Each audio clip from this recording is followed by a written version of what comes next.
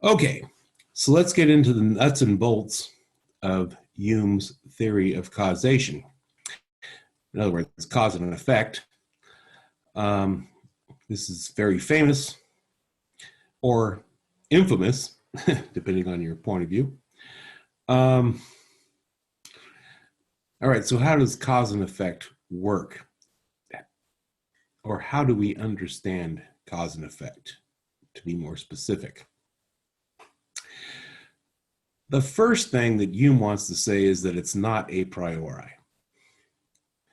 A priori basically means something known without having experience.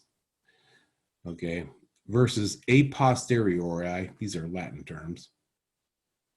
A posteriori means something you know after experience. And he wants to say that cause and effect is something that you know a posteriori after experience, based on experience.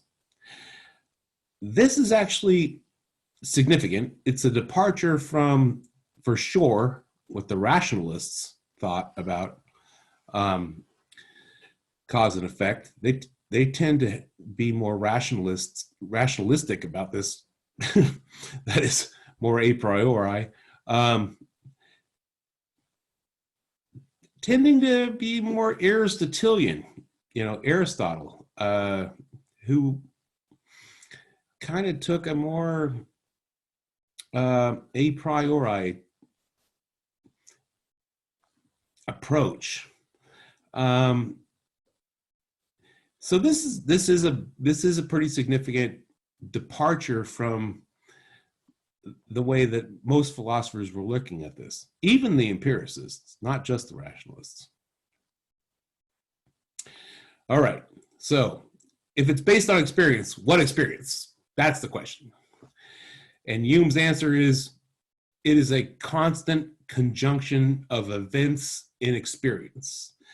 All right, so you see one thing happen, and you see another thing happen after it. Event A happens, then event B happens. So, whatever it is, just think about it. You're thirsty, you drink a glass of water, you're not thirsty. You're hungry, you eat some food, you're not hungry. You turn the key, the car starts. You turn the knob, the door opens. Event A happens, then event B happens. There's a cause, and then there's an effect. It's a temporal sequence. One thing happens in time, and then the next thing happens right after it. The first thing caused the second thing to happen. At least that's what we think. I mean, this is the experience that we're having. So is it true that the first event caused the second event to happen? Well, from what we experienced, that seems to be the case. It's a constant conjunction of events and experience. It's constant, keeps, every time you turn the key, the car starts, every time, over and over again, it's constant. He used the term conjunction because he wants to not say, well, he's trying to avoid saying that there's a necessary connection. So the term conjunction just means that they happen one after another. All right. Now, the second thing he wants to point out about this is that the two events, the cause and effect, are distinct. In other words, you cannot tell from the cause what the effect is going to be, and you cannot tell from the effect what the cause is going to be. His example is a pretty good one. He says, Adam, like in the Bible, as the story goes in the Bible, Adam is perfect before the fall and all that. He's the perfect human being. So perfect rationality, he is got every mental facility you can imagine. And yet, Hume says, Adam could not tell from looking at a pool of water that if he put his head in it, he would drown. The only way he's going to figure that out is if he puts his head in the water and realizes he can't breathe. It's from experience. You cannot know it beforehand. So the cause is not present in the effect, and the effect is not present in the cause. Okay, they're distinct events. The point here is you have to actually, if you want to, you have to actually experience event A happening and event B happening in sequence in order to make this kind of connection that you're making. You need to see both things happen. You can't know just by looking at something what the cause is going to be. You can't know by looking at something what caused it. All right. So they're distinct events. This is a very important thing in Hume. He draws a lot of conclusions about this. About I suppose I should maybe mention some of them. People argue that if you look at the universe, you can tell that God created it.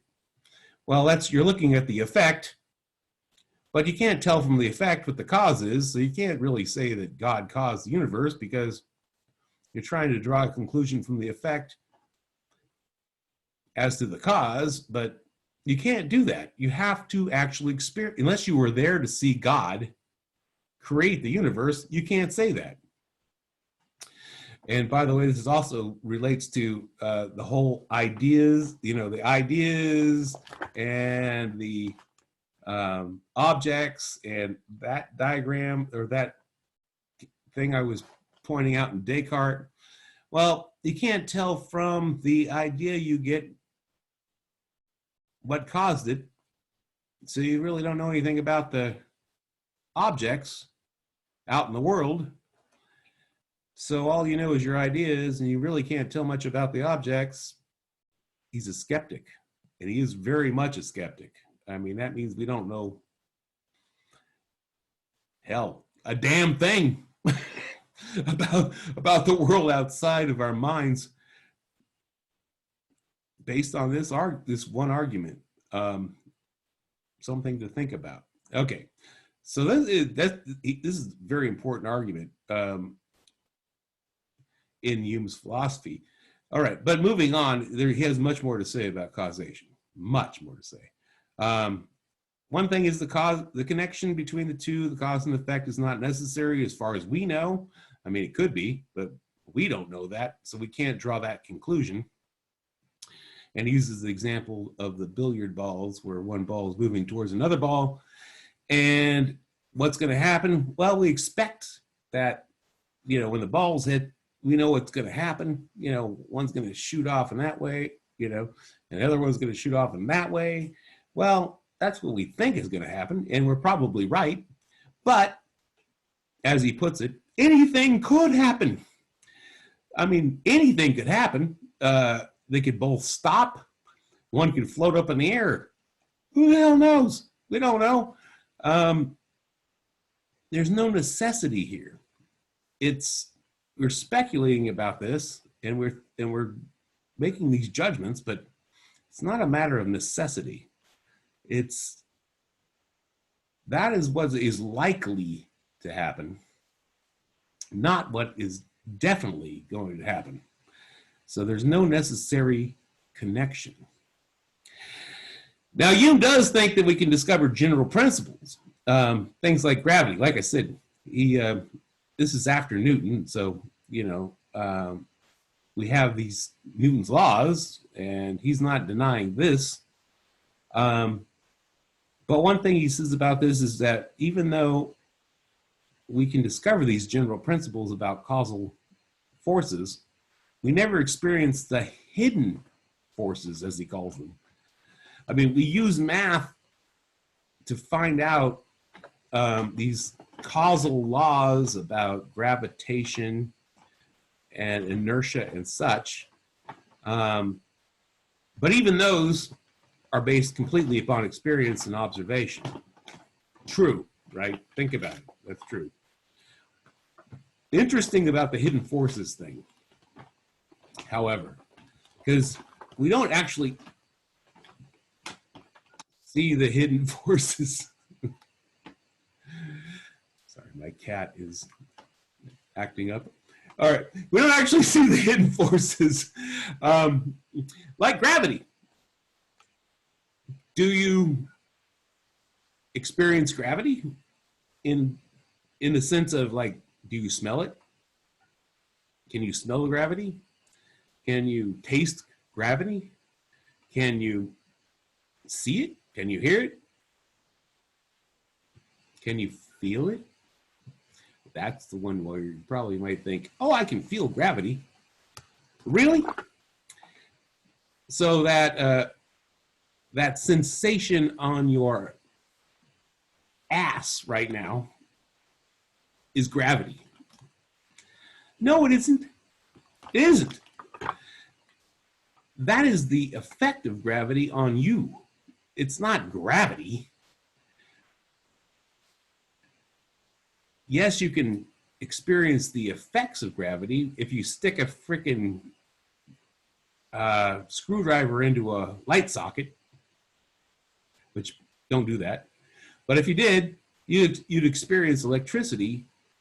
No, you experience the effects of electricity on your body. You don't experience electricity, you know, not the actual force. You're experiencing the effects of the force.